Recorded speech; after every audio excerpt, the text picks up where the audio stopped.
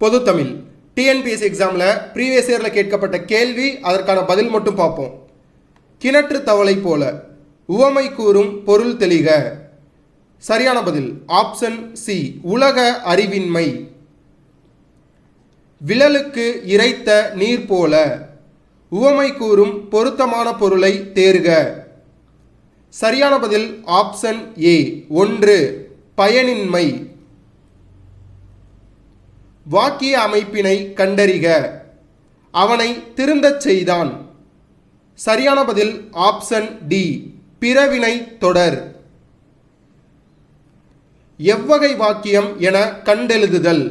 குமரன் பாடம் படித்தான்.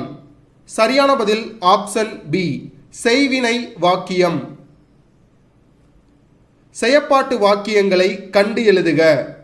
சரியான பதில் ஆப்ஷன் டி, கவிதை கவிதாவால் எழுதப்பட்டது.